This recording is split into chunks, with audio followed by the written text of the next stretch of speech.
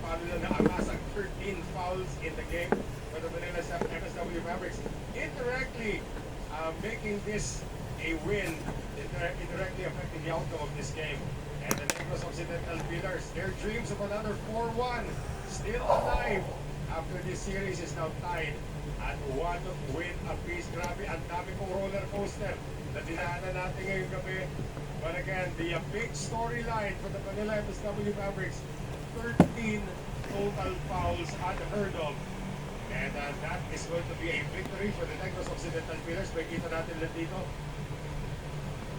The Jonas Pagpantay shot of the 8th.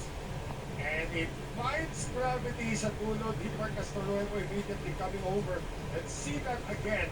Nangyari nga kanina kay John Brazil Mauricio, but now Jonas Pagpantay sends that to the abyss, and Dean Mark Castoroevo able to finish it off. 13-10 victory for Negros J. De La Cruz with head coach Jonathan Sanchez and the rest of the victory. Hindi natin madalas sa pag-uusapan. Yung shooting ability niya, parang gumana kayo kami. Meron naman talaga. Tutorial naman talaga kami last season. Kaya lang, we opted not to use it anymore para mas maganda sa atin. Pero pag kailangan, pag need be, ginagawa rin namin. Pero lalo na, talk about that last 3 racks na at hindi ng safety pattern, at doon na nga, epekto yung pang-distract sa mga player, lalo mo sinisipat yung mga pabasa, yung mga kick shots, na kahit kita mo na posible naman may tira, wala pa rin eh.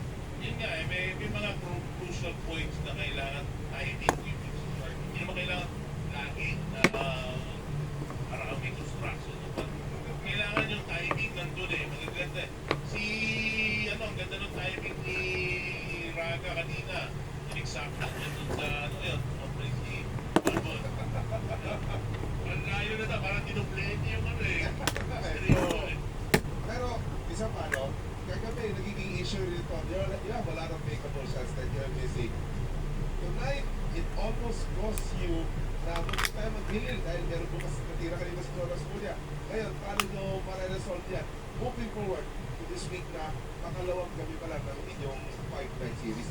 Kasi kanina maganda talaga yung nilalaro nila. Dito place and siyempre, parang yun, nakabol. Siguro nga yung dapat pagka-focus, dire-diretso. Bumibitaw din sila minsan sa focus. Kaya nakakahabol. Pero sakto-sakto, talawin natin dito sa show. Actually, yung dalawang tumapos, yan yung pride of the long. Ito. Ito, sakto-sakto, talawin natin si Jomdo dito. Ngayon, talk about that last shot. Kanina, nire-replay mo pa. Ano nangyari dun sa is kanina? Nagulat ako nung sumaplay. Kabor naman sa mabig. Yung parang umalap. Hindi ako nakikinig. Hindi kasi mong live. Kaya tuloy mapapagalitan ni Coach dito. Pero sakto, ikaw naman, katanungin ka na, yung nagkikirot mo dito sa Negros Occidental, very obvious naman eh. You always stand from the bench, pero pag pumasok ka, immediate impact na binibigay mo. Siyempre. Hindi pa ako nagsasalita. Takot na sila. Pero ganun niya ron, bukod you're embracing that role na konti lang racks lalaroin mo isang gabi, pero sigurado merong isang panalo. At isa o dalawang panalo na ibibigay. Jack pa lang eh. Ay, nako, pasalamatan mo na nga yung mga sumusuporta sa Negros Occidental. Maraming salamat sa sponsor ng team, Negros Occidental Pillars. Siyempre sa sponsor ko, Perry Hughes, sa Dreams Pro, Ma'am Bernard and Ma'am April. At saka siyempre sa kay pinapabati ni Brian Hidalgo, si Engineer Marvin Ferrer ng Atanawan, Quezon. Stay tuned